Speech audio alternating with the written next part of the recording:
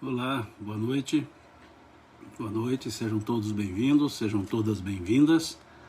Vamos iniciar o nosso estudo, a nossa live de estudos do Livro dos Espíritos, que fazemos todas as quartas-feiras e aos domingos. Na última quarta-feira nós iniciamos o tópico, União da alma e do corpo. Falamos da questão 344 até a questão 349. Falamos então do momento que se dá a união da alma e do corpo. Falamos ali fizemos uma alusão, uma digressão à primeira edição do Livro dos Espíritos, aquele de 501 perguntas. Fizemos uma observação dessa mesma pergunta feita na primeira edição, lá de 1857, com a edição segunda, que foi a edição definitiva do Livro dos Espíritos. Então nós analisamos nas duas edições. Depois falamos sobre a questão da união definitiva, da escolha do corpo. Falamos en passant, daquela reencarnação de Sigismundo. Então foi o que nós falamos na última live, na live do domingo. E hoje então nós vamos dar sequência à questão 350. Deixa eu só alinhar um negócio aqui. Pronto, só alinhar aqui um negócio que estava meio solto ali. Nós vamos então para a questão 350, que é a sequência do estudo que nós começamos na semana passada. Então, na questão 350, Kardec pergunta aos benfeitores espirituais: uma vez unido ao corpo da criança, e quando já não lhe é possível voltar atrás, o espírito lamenta algumas vezes a escolha que fez? Então vejamos aqui a pergunta. Nós conversamos sobre essa união da alma e do corpo. Falamos que muitas vezes o espírito acaba que abandona, pela vontade do espírito, ele pode abandonar o processo reencarnatório, ali na questão 345 do Livro dos Espíritos, que fala isso. E aqui então, considerando essa possibilidade, então na questão 350, Kardec pergunta que, uma vez unindo ao corpo, ou seja, já levando a efeito o processo encarnatório, a fecundação acontecendo, desenvolvendo a gestação, ele pergunta se o espírito pode se lamentar, que já não é mais possível voltar atrás, já houve uma ligação plena dessa relação espírito-corpo, se ele se lamentaria, ou se ele se lamenta algumas vezes a escolha que fez. A escolha que fez aqui na pergunta não é a escolha que fez em relação ao corpo físico, ao corpo ali que ele está habitando. Não. É a escolha que fez nos termos lá da questão 258, que nós já estudamos e já falamos dela aqui várias vezes. Então, nos termos dessa questão 258, ou seja, a escolha das provas, Então, é nesse sentido aqui que Kardec faz a pergunta sobre a escolha que fez. Então, isso nos remete à questão 258 do Livro dos Espíritos. E aí a resposta dos Espíritos é a seguinte: queres perguntar se, como homem, ele se queixa da vida que tem? Se desejaria outra? Sim. Se lamenta a escolha que fez? Não, pois não sabe que a escolheu. Aqui nós vamos dar uma paradinha, depois a gente segue a resposta. Vejam como os Espíritos dizem. Estão dizendo para Kardec em outras palavras: você está querendo dizer o seguinte, está querendo quer nos perguntar o seguinte: se ele se queixa da vida que tem e se desejaria outra vida, ou seja, já está ali nascido, encarnado? Ele diz: poderia até assim ser. Agora, se lamenta a escolha que fez, ele diz não, porque não tem mais lembrança dessa escolha. Porque é o véu do esquecimento no processo encarnatório. É quando então os espíritos chamam de véu do esquecimento. Esquece-se tudo porque já está no processo encarnatório pleno. Já está numa fase em que o esquecimento do passado já ocorreu. Então não há por que ele lamentar a escolha Até porque ele não se lembra mais da escolha no sentido cognitivo da palavra lembrar, do verbo lembrar. E aí então seguem os espíritos na resposta. Depois de encarnado, o espírito não pode arrepender-se de uma escolha que não tem mais consciência ou lembrança dela. Pode, no entanto, achar a carga pesada demais, e quando a considera superior às suas forças, pode muitas vezes recorrer ao suicídio. Então veja a complexidade dessa resposta. A complexidade dessa resposta. Né?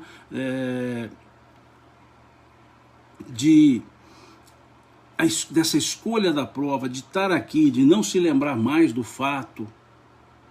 E aí pode muitas vezes no ato da vida não sentir que não tem uma força para seguir, mas tem, porque foi uma escolha. Precisa de uma busca intuitiva para isso. E isso então nos leva à questão 941 ou 43, vamos dar uma olhadinha, não tem problema. Nós já falamos sobre ela aqui. Acho que é 941 ou 43, vamos olhar aqui que a gente... 43.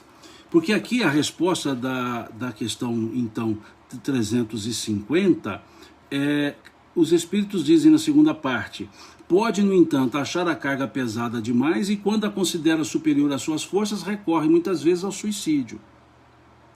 Então é preciso olhar a questão 943, porque a questão 943 vai nos falar do desgosto da vida, ou do desgosto pela vida. Pergunta-se assim na questão 943, de onde vem o desgosto pela vida que se apodera de certos indivíduos sem motivos que os justifiquem? Veja, sem motivos que os justifiquem. É essa sensação trabalhada aqui na questão 350.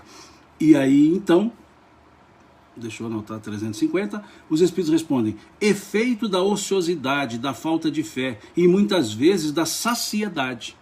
Veja, ociosidade, falta de fé e saciedade. Para aquele que exerce suas faculdades com um fim útil e de acordo com as suas aptidões naturais, nada tem de árido e a vida se escoa com mais rapidez.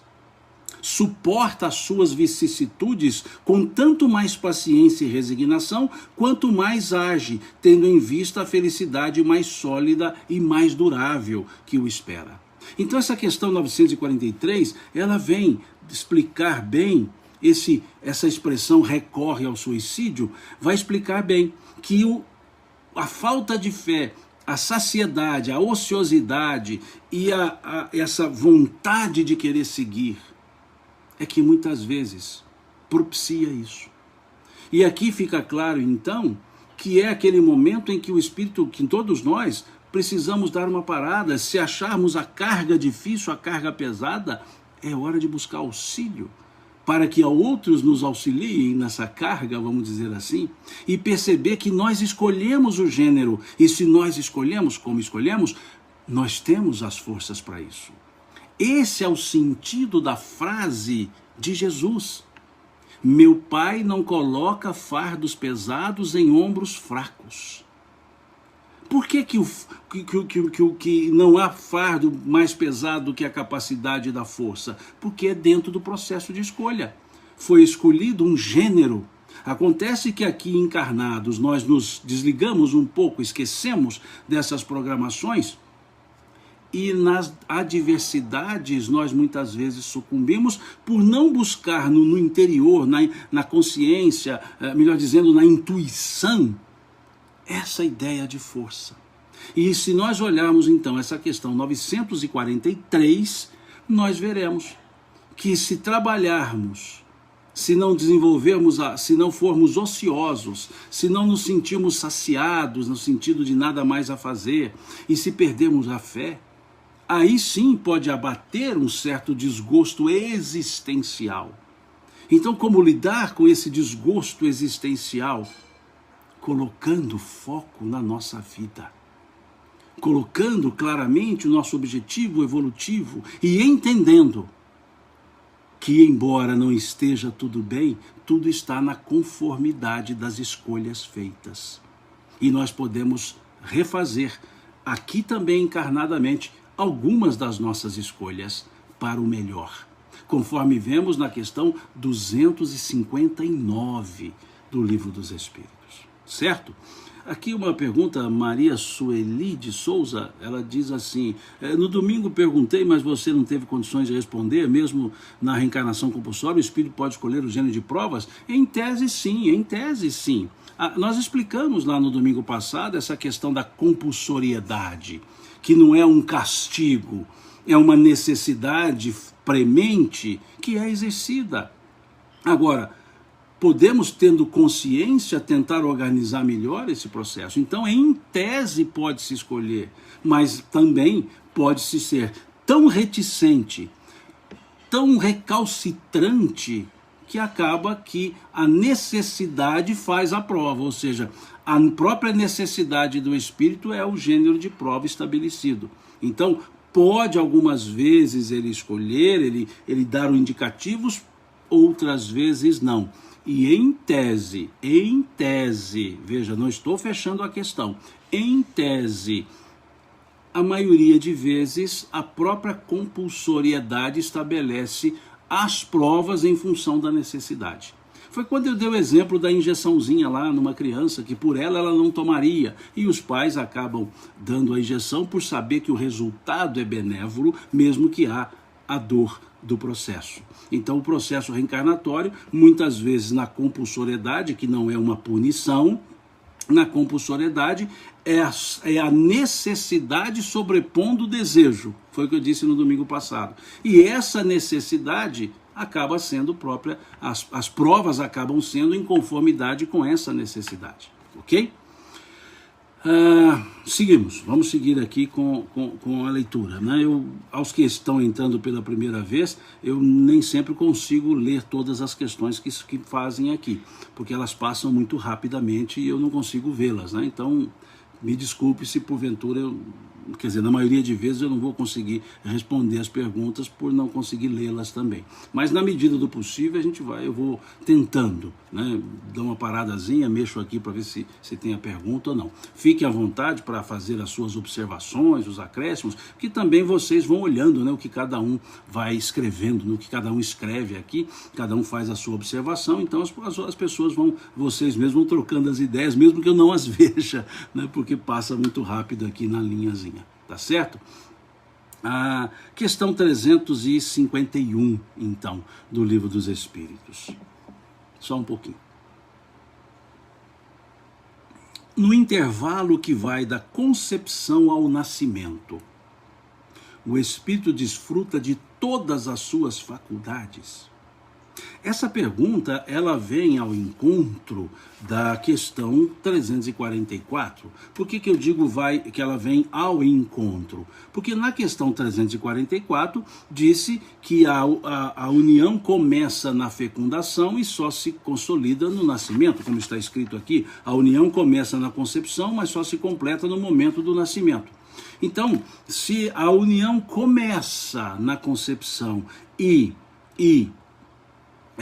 se consolida no nascimento, há um período em que está se, digamos, densificando esse processo reencarnatório, que é o que coloca aqui, que há um espírito designado, que a esse se liga, e cada vez mais vai se apertando esse laço até o instante que a criança vê a luz. Então, partindo desse pressuposto, partindo dessa resposta que os espíritos deram na questão 344, é que Kardec então pondera se nesse interregno, se nesse espaço de tempo, o espírito desfruta de todas as suas faculdades. Porque se ele vai gradativamente se ligando, ou gradativamente os laços vão se apertando, palavras dos espíritos, Kardec então pergunta se nesse interregno, nesse espaço de tempo, entre a concepção e o nascimento, se o espírito desfruta de todas as suas faculdades espirituais. E aí os espíritos dizem, mais ou menos. Eles respondem, mais ou menos, conforme a época, porque ainda não está encarnado, veja, está em processo ainda a gestação, mas apenas ligado. A partir do instante da concepção, o espírito começa a ser tomado de perturbação que o adverte de que chegou o momento de começar a nova existência. essa perturbação vai crescendo até o nascimento. Nesse intervalo, seu estado é mais ou menos o de um espírito encarnado durante o sono do corpo.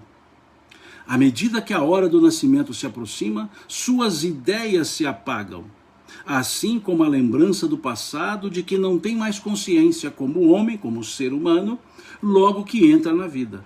Mas essa lembrança lhe volta pouco a pouco à memória no seu estado de espírito. Então aqui nós temos diversas nuances nessa resposta. E, salvo engano, a Lâmia comentou aqui que há uma ressonância dessa questão 351 com a questão 31 do livro Consolador, né? Ela fez aqui uma observação. Então, sugiro, dei uma lida lá no livro Consolador, na questão 31, que a Lâmia diz aqui, né, postou aqui, que há uma relação da resposta de Emmanuel da questão 31 do livro Consolador com essa questão 351 do livro dos Espíritos. Vou até anotar aqui, Lâmia, Consolador 31, né? Se o livro estiver perto aqui, tá perto, deixa eu pegar o livro aqui, um momentinho, que a gente já olha tudo isso. Já peguei. É o que eu disse a vocês, tá? Eu estou em casa, vocês também, então estamos em liberdade, né? Então nada de formalidade aqui. Deu um pulinho aqui, vou ali, pego na estante e vamos ler. Então vamos ver a questão 31 que a Lâmia citou aqui do livro O Consolador. Vamos ver. A reencarnação inicia-se com as primeiras manifestações da vida do embrião humano? Opa, muito bom, tem a ver mesmo, né? Não só com a 351, tem a ver com a 344 também e com a 351 do Livro dos Espíritos. Já anotei aqui no livro Consolador para poder fazer a remissão, né? Então vejamos, a reencarnação inicia-se com as primeiras manifestações de vida do embrião humano. Para quem não conhece, o livro Consolador é um livro de perguntas e respostas, perguntas feitas ao Espírito Emmanuel, psicografia do Chico, que ele foi respondendo, né? Então vem, desde o instante primeiro de tais manifestações, a entidade espiritual experimenta os efeitos de sua nova condição.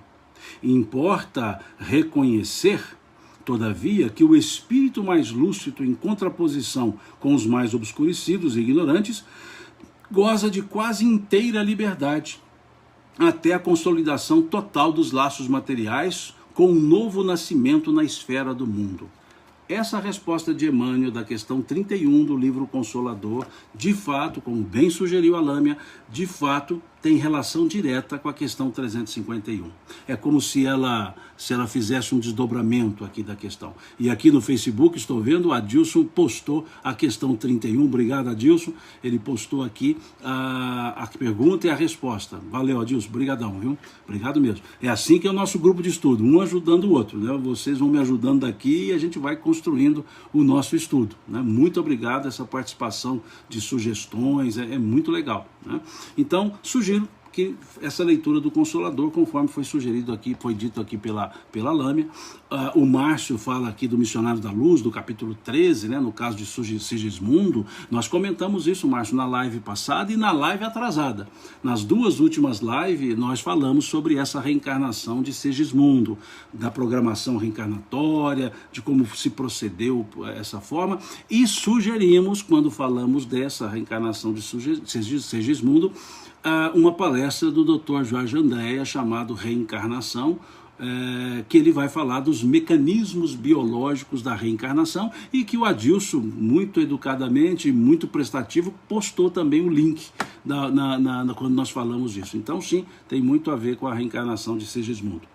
A questão 351, então, trabalhada aqui pelos Espíritos, vai justamente mostrar isso, que Emmanuel dilatou bem isso, né? Na questão 31 do livro Consolador, que dependendo da evolução, por isso que os Espíritos começam a resposta da questão 351 com mais ou menos, veja, mais ou menos, porque perguntou-se, no intervalo que vai da concepção ao nascimento, o Espírito desfruta de todas as suas faculdades? Aí os Espíritos respondem, mais ou menos. Por quê? E Emmanuel vai explicar esse mais ou menos, ou seja, se o Espírito é mais evoluído, ele tende a ter mais liberdade até o momento em que a reencarnação ou a consolidação da ligação se dá. Se é menos evoluído, mais obnubilado fica o espírito. ou seja, mais limitado. Então ele não teria essa liberdade, ele não conseguiria desfrutar dessas faculdades espirituais.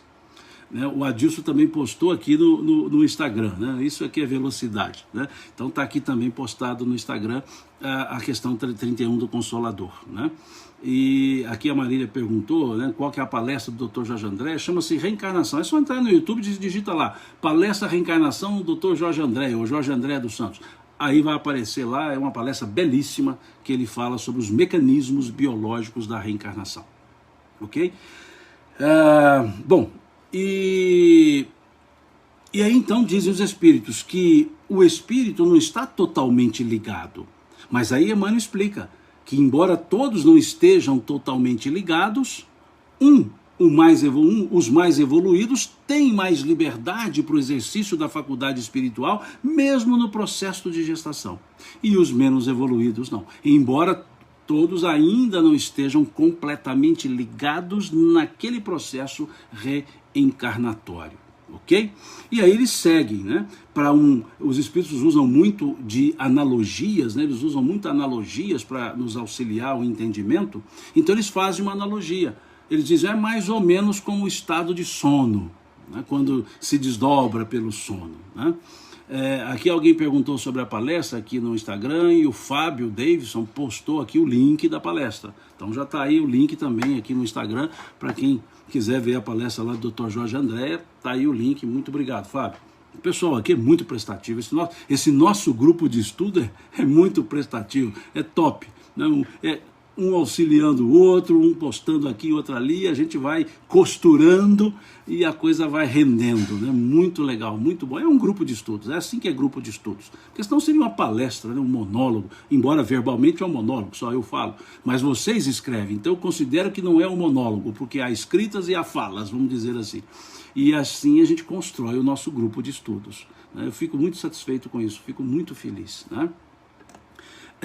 Aqui uma pergunta interessante da Rosa. Então eles ficam em algum lugar específico? Não é uma questão de lugar, Rosa, é uma questão de dimensão. Há uma dimensão espiritual, como um torpor, né? Se olhar o livro Nosso Lar, André Luiz vai nos mostrar lá as câmaras de reencarnação, né?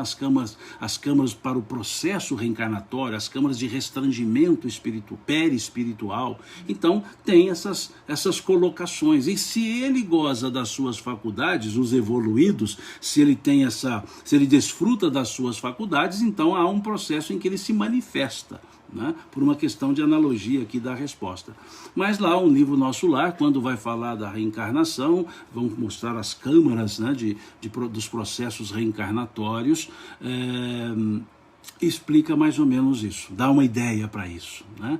A Kátia aqui no Facebook pergunta, todos nós seremos acolhidos, acompanhados, já li que alguns são recebidos para crescimento, todos nós somos acompanhados, no desencarne, no reencarne, né? Há sempre quem olha por nós, né? Esse nosso espírito protetor, vamos dizer assim, alguns gostam de chamar de anjo da guarda, anjo guardião, o espírito protetor, ele nos acompanha desde o processo da escolha das provas. E dizem os espíritos ainda, nós vamos chegar lá a estudar isso ainda, e dizem os espíritos que também depois do desencarne ainda nos acompanha por um certo tempo, né? Então a bondade, a justiça, né, bondosa de Deus e a bondade justa de Deus sempre nos dá a condição de sermos acompanhados, sermos acolhidos, sermos auxiliados, né? Porque senão onde estaria a bondosa justiça de Deus e a justa bondade de Deus? Não é isso? Então, legal. Então, depois aqui eles dizem que à medida que a hora do nascimento vai chegando, então esses laços se consolidam e aí o espírito não mais goza ou não mais desfruta das suas faculdades, assim por assim dizer, espirituais. Ok? Então, é muito legal essa questão 351 e ela associa-se perfeitamente, ou melhor dizendo, né, a questão 31 do livro Consolador associa-se com a questão 351, já que a 351 é a base, é Kardec, é a base, é a primeira resposta. E Emmanuel veio corroborar, ele veio, por assim dizer, decompor melhor a resposta dada pelos espíritos, né? Então é um processo. E Aqui, na live passada, alguém citou aqui a questão do até os 7 anos, né? Da criança estar assim, a pessoa colocou reencarnando, e aí nós lemos lá, é a questão 109 do livro Consolador, questão 109 do Consolador, e a ideia que Emmanuel coloca lá não é que está reencarnando até os 7 anos, já reencarnou. O que está acontecendo é fase de adaptação. Tá? Então, só aproveitando que a pessoa até perguntou depois por via de mensagem, né? Então veja como Emmanuel diz nessa questão 109 do livro Consolador, né? Me lembrei dela agora, diz assim: até aos 7 anos o espírito ainda se encontra em fase de adaptação para nova existência. Adaptação. Reencarnado já está. Então ele não está se reencarnando, já reencarnou. O que está é adaptando. Tá? Nós vamos chegar aqui logo, talvez não na live de hoje, na questão 383. Quando chegar nessa questão 383, nós vamos conversar com um pouco mais de atenção, com um pouco mais de profundidade sobre esse tópico, essa ideia. Então, quando nós olharmos aqui a questão 383, que vai nos falar da utilidade para o espírito de passar pelo estado de infância, aí nós vamos associar a questão 383 com a questão 109 do livro Consolador. Ou melhor, associar a questão 109 do livro Consolador com a questão 383 do livro dos Espíritos. Quando chegarmos lá, creio que na live de hoje não chegaremos, né? Porque temos ainda outras questões para analisar. Tá certo? Então acho que deu uma ideia para a pessoa que perguntou. Me desculpe, é que são muitas mensagens que eu recebo, acaba passando o nome. E muitas eu não consigo nem ler, porque vão chegando muitas, eu não consigo responder, aí vão chegando outras, né? Vão chegando outras e até peço desculpas aqui, viu? Porque muitas vezes a pessoa me manda uma mensagem, eu não respondo, pode dizer assim: o Simão não deu atenção, o Simão fez pouco caso, né? Como falamos aqui em Minas Gerais. Não é isso, não é pouco caso não. É que são muitas essas mensagens. E aí acaba não dando tempo de ler naquele momento, chegam outras, e aí fica difícil. Eu recebo o direct, né? Pelo Instagram, pelo Facebook, lá no YouTube, e aí vai ficando difícil para eu responder, tá? Então não é má vontade, eu gostaria de responder, mas nem todas eu consigo, nem todas, realmente não consigo, porque são muitas mesmo. Eu até acho ótimo isso, né? Porque a gente pode trocar ideias, mas nem sempre eu consigo. Então já peço aqui desculpas por não responder algumas perguntas ou algumas mensagens que me chegam, né? Pelo direct que vocês mandam depois. Então não é má vontade, pelo amor de Deus. Até mesmo nas postagens que eu faço. Eu faço a postagem, a pessoa muito educadamente vai comentar a postagem e eu não consigo comentar de novo, né? Porque acaba que são muitas vezes, aí tem meu dia muito cheio, né? O trabalho profissional me toma o dia inteiro, eu saio às 7 e pouquinho, 8, e chego aqui às 8 da noite em casa, então fica um pouco difícil para eu ajustar, tá bom? Certo? Eu gosto de pedir desculpas para explicar, porque é ruim quando tem mal entendido, né? Então, por isso que eu faço essas paradinhas aqui, explico, justifico-me algumas vezes, né? Para mania de mineiro, né? Como dizia minha mãe, colocando os pinguinhos nos izinhos, né? Para não ficar mal entendido, tá certo? Bom, questão então 352 do Livro dos Espíritos. No momento do nascimento, o espírito recobra imediatamente a plenitude de suas faculdades? Legal, né? Então tá bom, ele está naquela fase de torpor, de restringimento perispiritual. E quando nasce, ele recobra então essa faculdade? Pela resposta que nós já vimos da questão 350, nós poderíamos dizer que não. Mas vamos ver o que os espíritos falam. Não, não. As faculdades, se desenvolvem gradualmente com os órgãos. Para ele, é uma nova existência. É preciso que aprenda a servir-se de seus instrumentos. Seus instrumentos são os órgãos, ou seja, seus órgãos físicos. As ideias lhe voltam pouco a pouco, como um homem que desperta e se encontra numa posição diferente da que ocupava na véspera, né? Dormiu num lugar e acordou no outro. Então vejam, aqui os espíritos vão dizer que há uma gradação, ou melhor dizendo, uma gradatividade nesse processo de ir devagar retomando parte da sua consciência, parte, porque nem tudo recobraremos, porque o véu do esquecimento é imperioso, né? É imperioso. Então, gradativamente vai se recobrando. E aí anotem, né, nessa questão 352, a questão 383 e a questão 385, que tem muita relação com essa questão 352. Porque lá na questão 383 vai nos mostrar a utilidade do estado de infância. Vai perguntar qual é para o espírito a utilidade de passar pelo estado de infância. E na questão 385 vai ser uma pergunta que vai desdobrar isso. Na 385 vai ser perguntado aos espíritos, o Kardec pergunta aos espíritos, por que a pessoa, numa determinada época, mais especificamente ao sair da adolescência, modifica a sua conduta? É o espírito que se modifica?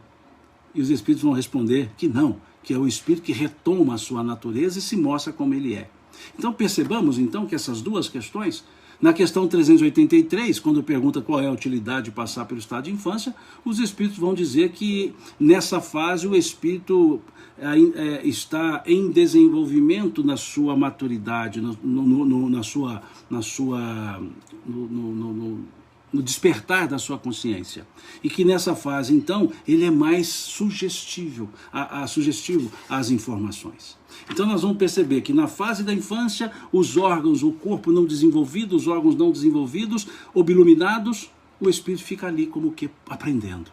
E quando chega numa fase, ele retoma a sua natureza. Então por isso que essas duas questões têm ligação direta com a questão 352 que nós lemos agora. Quando chegar lá na 383, na 385, nós aprofundaremos nesse assunto. Mas eu só estou dizendo para vocês, dê uma olhadazinha lá depois e percebam como vai ajustar isso. Né? A Kátia aqui pergunta, seria o renascimento do caráter, o despertar das reminiscências? Em tese, não despertar no sentido de lembrar de tudo, mas os fulcros reencarnatórios. E aí eu faço outra sugestão. Depois eu venho aqui numa pergunta que a doutora Marlene faz aqui, muito pertinente, bem pertinente, por sinal. Leiam lá no livro No Mundo Maior sobre a casa mental que André Luiz trabalha. Explicar a casa mental, o que é subconsciente, superconsciente, consciente, como que essas coisas ocorrem, como que esses campos mentais nossos funcionam. E aí nós vamos entender essa questão 383, a questão 385. A doutora Marlene pergunta como se explica esse gradativamente nas crianças prodígio nas artes. Né?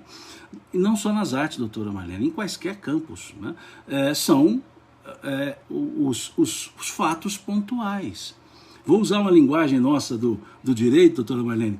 A resposta genérica, o gradativamente, me desculpe, seria para aquilo que no direito nós chamamos de o homem médio. Você lembra da ideia, né? Não, para o homem médio, o entendimento do homem médio. Existem as aspas, exceções, não no sentido de fugir à regra. Existem pontualmente algumas que não vão seguir dessa forma. São espíritos já mais desenvolvidos, são espíritos com maior conhecimento. Então, não quer dizer que todos estarão do mesmo jeito obnubilados.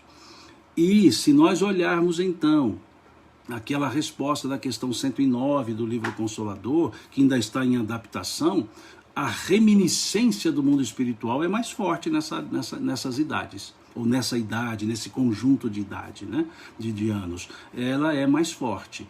Então, em regra, é assim. Agora, existem casos pontuais. E aí, voltamos a dizer, casos pontuais.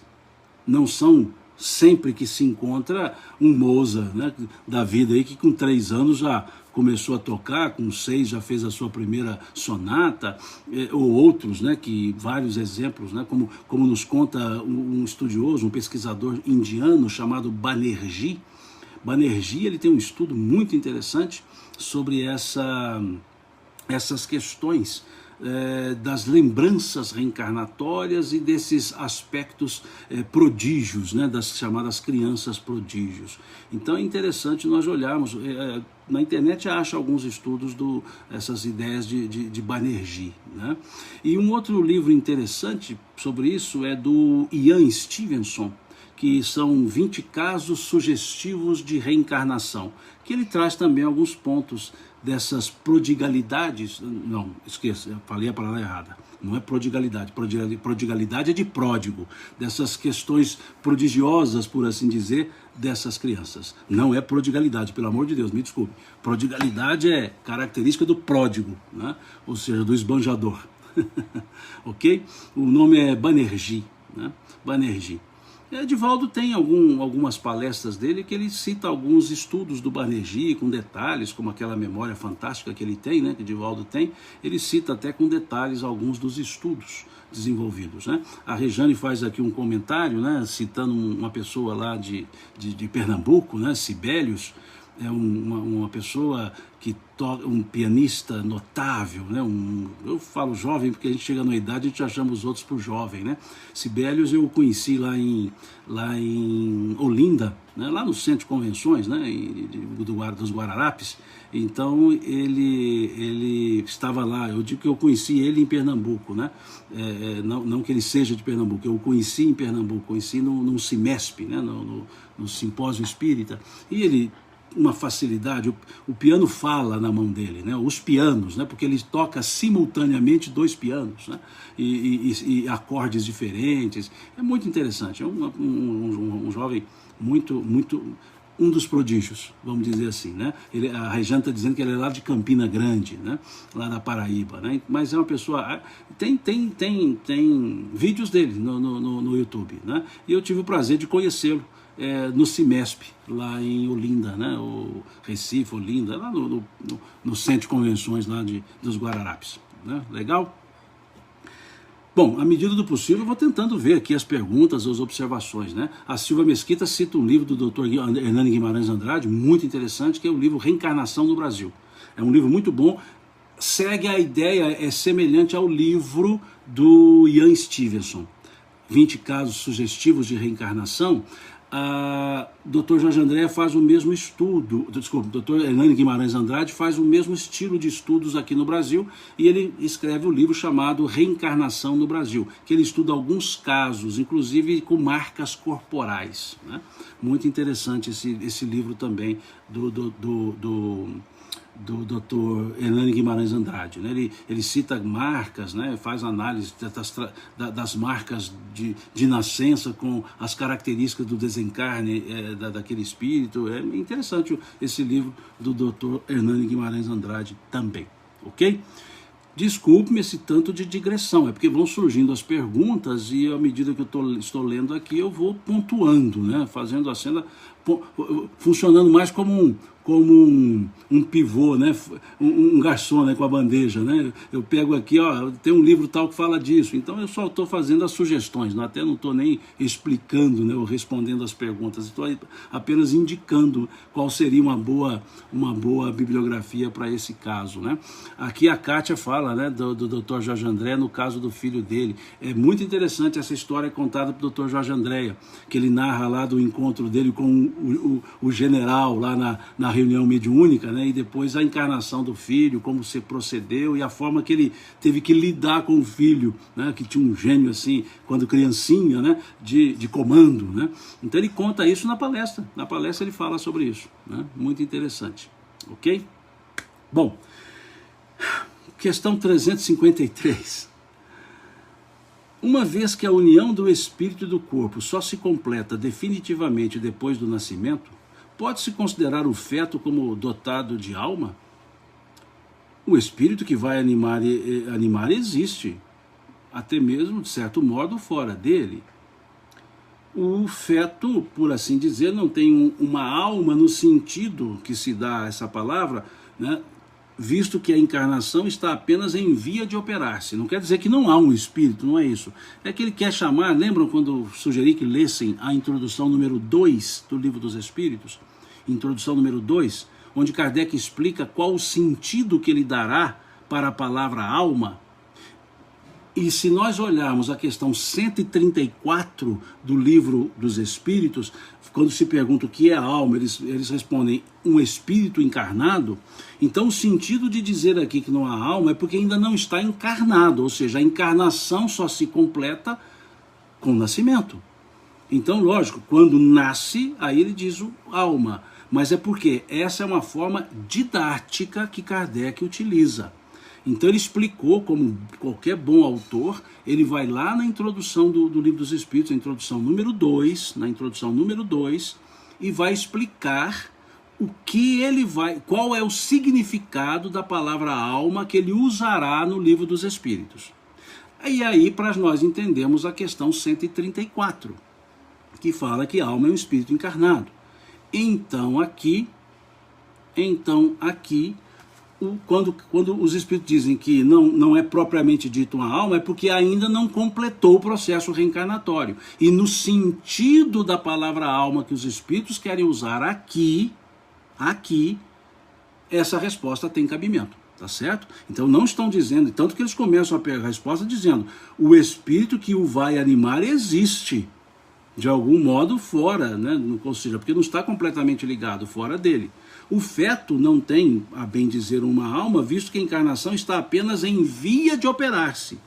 Acha-se, no entanto, ligado à alma que irá possuir, ou seja, aquele corpo possuirá. Então é uma resposta que, se a gente não contextualizá-la, ou melhor, se nós não associarmos, né? Se nós não associarmos essa resposta à introdução número 2 e à questão 134, dá a impressão que o feto está desprovido de alma. E não é isso. Tá certo? Aqui a Via Espírita pergunta: a mediunidade é do espírito ou da alma? Bom, o assunto não é bem a mediunidade, mas vamos falar sobre isso. Kardec, os espíritos falam isso no capítulo 20 do Livro dos Médiuns, que é uma característica do espírito, mas que para manifestar-se depende do organismo físico. Tá? Então lá no capítulo 20 do Livro dos Médiuns, Kardec vai dizer isso, que a mediunidade radica-se no organismo, sendo a faculdade do espírito. E no capítulo 14, também do Livro dos Médiuns, Kardec vai reforçar isso, dizendo que a faculdade mediúnica, em termos genéricos, ela é de todos, ou seja, do espírito, mas ele diz que a sua ostensividade, o efeito patente que ele usa, o termo, depende de um organismo predisposto. Tá? Então, só para sugerir, só para não deixar passar a pergunta em branco, eu sugiro então o primeiro parágrafo do capítulo 14, é o primeiro parágrafo do capítulo 14 do Livro dos Médiuns, e lá, se não me engano, salvo engano, hein, posso estar enganado, o item 229. É o capítulo 20, mas acho que é o item 229. Posso estar enganado, talvez até esteja mesmo, tá? Aqui esqueça o item 229. O capítulo 20, de influência moral dos médiuns. É o título do capítulo, influência moral dos médiuns, e aí dá para se ter uma ideia para essa pergunta, ok? Acho que pelo menos não deixei assim no ar, né? Não deixei no limbo, né?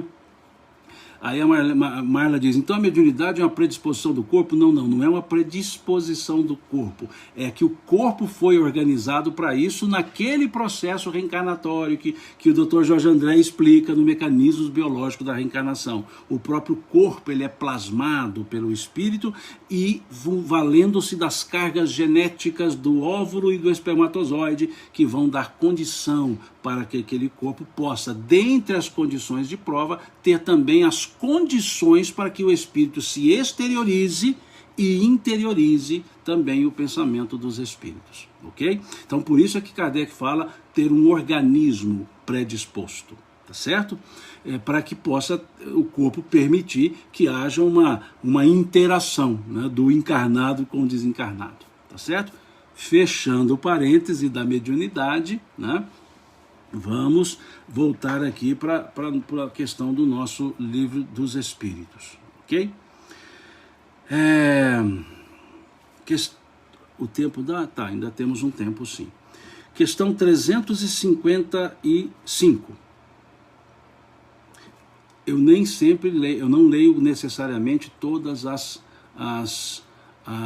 questões, tá? Só lembrando aos que estão aqui pela primeira vez. Eu vou lendo algumas questões, salto algumas questões, leio a maioria delas, salto algumas, não porque não queira lê-las, mas porque são desdobramentos, então vocês vão lendo em casa, né? E a gente vai trabalhando o raciocínio do tópico, né? Que nesse caso aqui é a união do espírito com o corpo.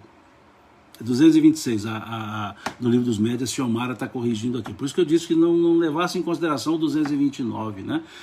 Olhasse lá, então é a 226, lembrando aqui do capítulo 20, a Xiomara, tá bom? Nosso grupo é rico.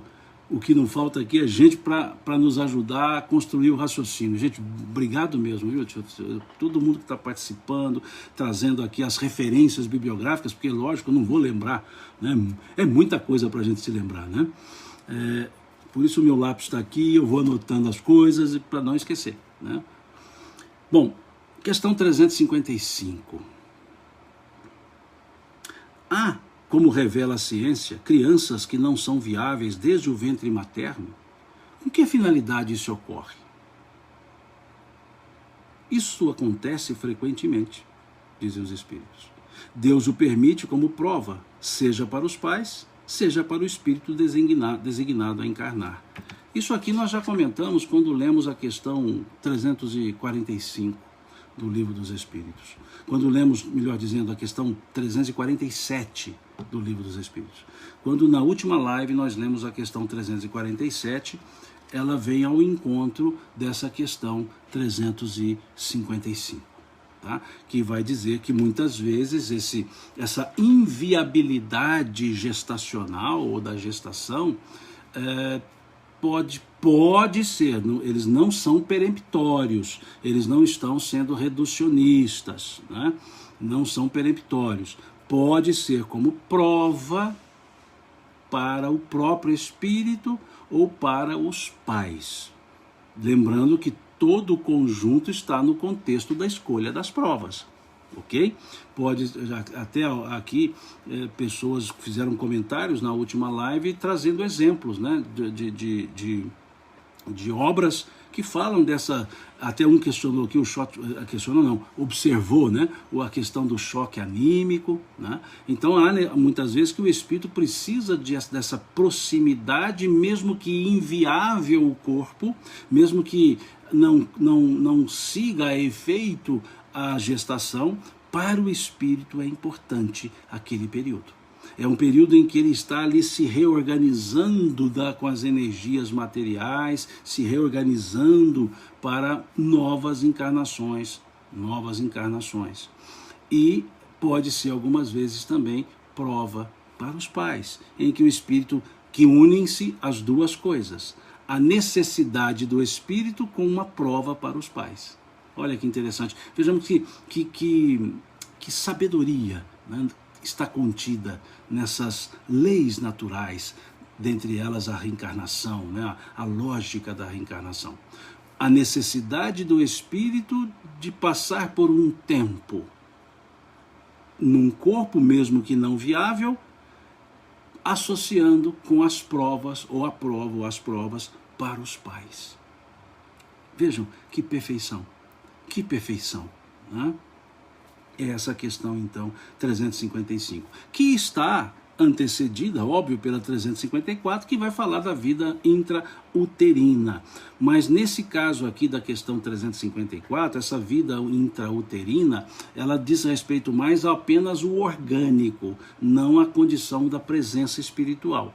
Então a 355 ela vai trabalhar com a presença espiritual, mas com a inviabilidade do corpo, ou seja, a inviabilidade do bom termo da gestação. É a 355. Né? E a 354 está falando apenas do desenvolvimento orgânico.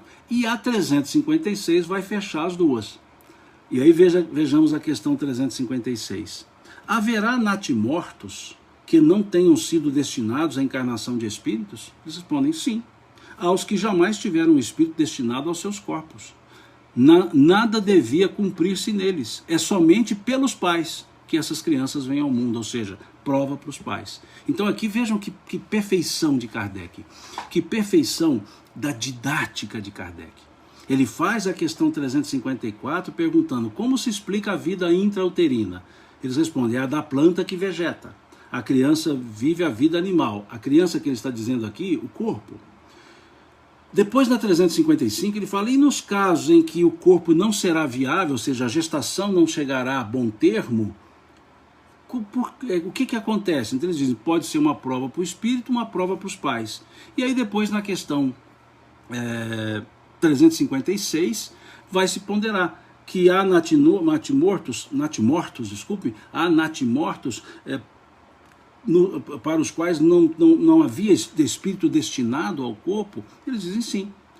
E aí quando dizem sim, nos remetem à questão 354, para mostrar apenas a vida orgânica, porque nós já estudamos há um tempo, né, lá nos reinos, né, na questão 27 principalmente, né, a questão 27 do Livro dos Espíritos, já estudamos sobre a vida orgânica, a partir dali da questão 27, né, a vida orgânica, a partir dali, que fala do Espírito, Matéria e Deus, né, a Trindade Universal. Então depois nós estudamos sobre a vida orgânica, falamos do princípio vital. Então existe vida orgânica sem presença espiritual, no sentido espírito individualizado, né? Como no reino vegetal, a vida orgânica existe. Então por isso é que aqui os espíritos comparam, né? Como a planta que vegeta. Isso não é depreciativo. Não é depreciativo. Eles estão dizendo que não há uma vida inteligente.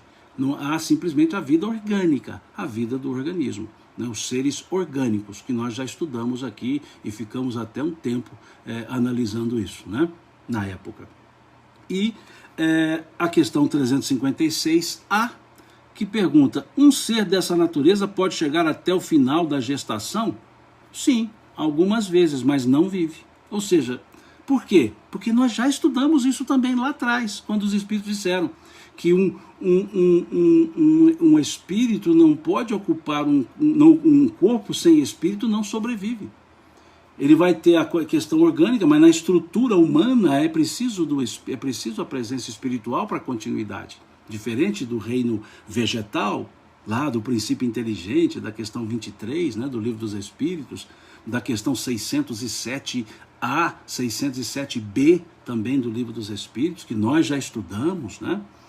Então, aqui a 356 vai dizer, essa vida orgânica vai existir enquanto ela depende de outra, ou seja, enquanto está na gestação, a vida orgânica do feto está sendo ali mantida pela simbiose, desculpa usar o termo, não é adequado, né, não é o mais adequado, mas por essa simbiose existencial entre mãe e feto, né? Ou entre, melhor, gestante e feto, vamos dizer assim, numa linguagem mais técnica, gestante e feto. Uma vez não mais estando ali, não há como sobreviver. Uma vez nascendo, não há como sobreviver, porque não há um espírito ligado a esse corpo. Certo? Agora, vou fazer um parêntese, já encerrando a nossa conversa de hoje. Não existe um instrumento chamado espiritômetro, para saber se tem ou não tem espírito ligado a um corpo, tá? Eu deixo falado isso aqui para que nós trabalhemos a questão 357 na próxima live, que é a questão que pergunta sobre o aborto. Porque muitos utilizam dessa resposta da 356 para dizer, mas se pode ter caso que não tem espírito ligado, então não vai afetar o espírito, porque não tem espírito.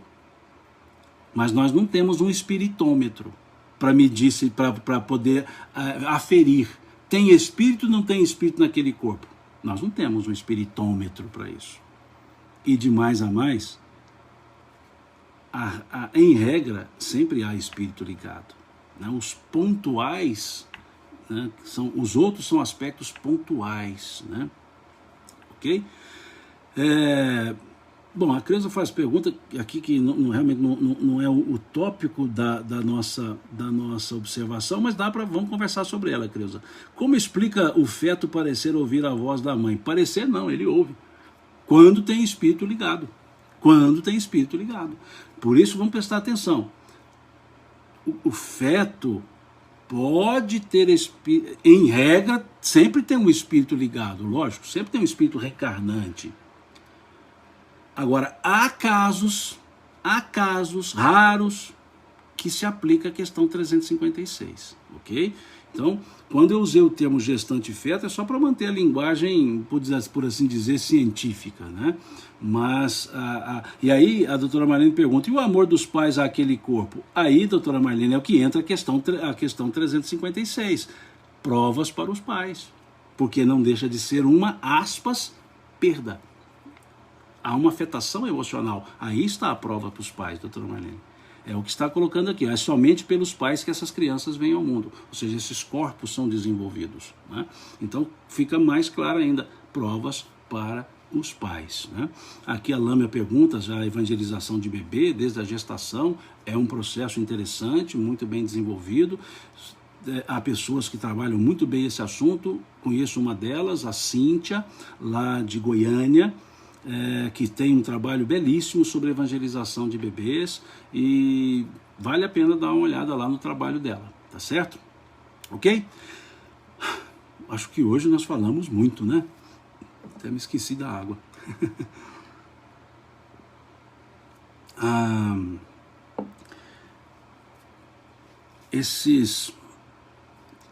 Aí vem outras perguntas, assim, como gestação sem embrião, né?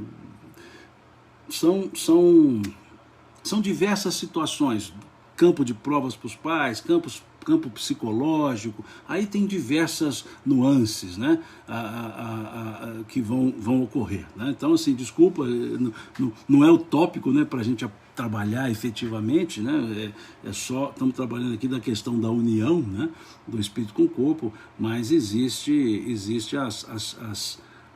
aquelas situações biológicas, mas nós temos que trabalhar um campo, gente. Toda circunstância, ela faz parte de um campo existencial, de um campo de provas. Então, se é ilusório o processo ou não, o que tem que se olhar é o efeito que isso traz, né? A sensação de perda, a sensação de frustração. Então, tudo isso é um campo de provas, tá certo? Mas aí já tem as explicações da ciência médica que vai falar dessas diversas variantes, né, do processo, né? Bom, então nós paramos por aqui. Na próxima live, domingo que vem, né? Nós começaremos na questão 357, né? Que tem como pergunta quais são para o espírito as consequências do aborto.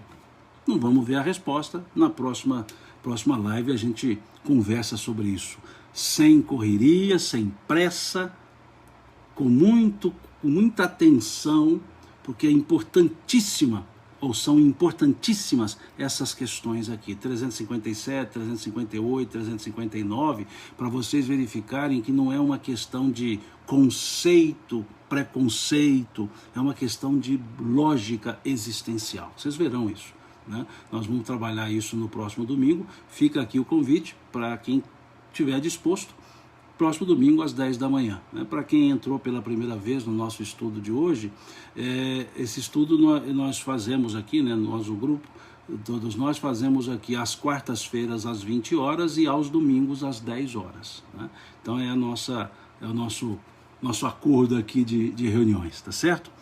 Muito obrigado pela presença de vocês, muito obrigado pelo companheirismo, por essas ajudas aí que vocês deram, né, se compartilhando, um passando para o outro aí, legal, muito bom isso, tá? Então, muito obrigado, que tenham todos vocês uma excelente noite, bom descanso, bom sono, bons sonhos, e se Deus quiser a gente se encontra no próximo domingo. Que Deus nos abençoe e, como eu sempre agradeço a vocês por essa cordialidade, Deus lhes pague por tudo isso.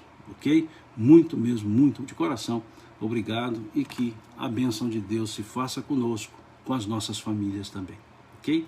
E até domingo, se Deus quiser.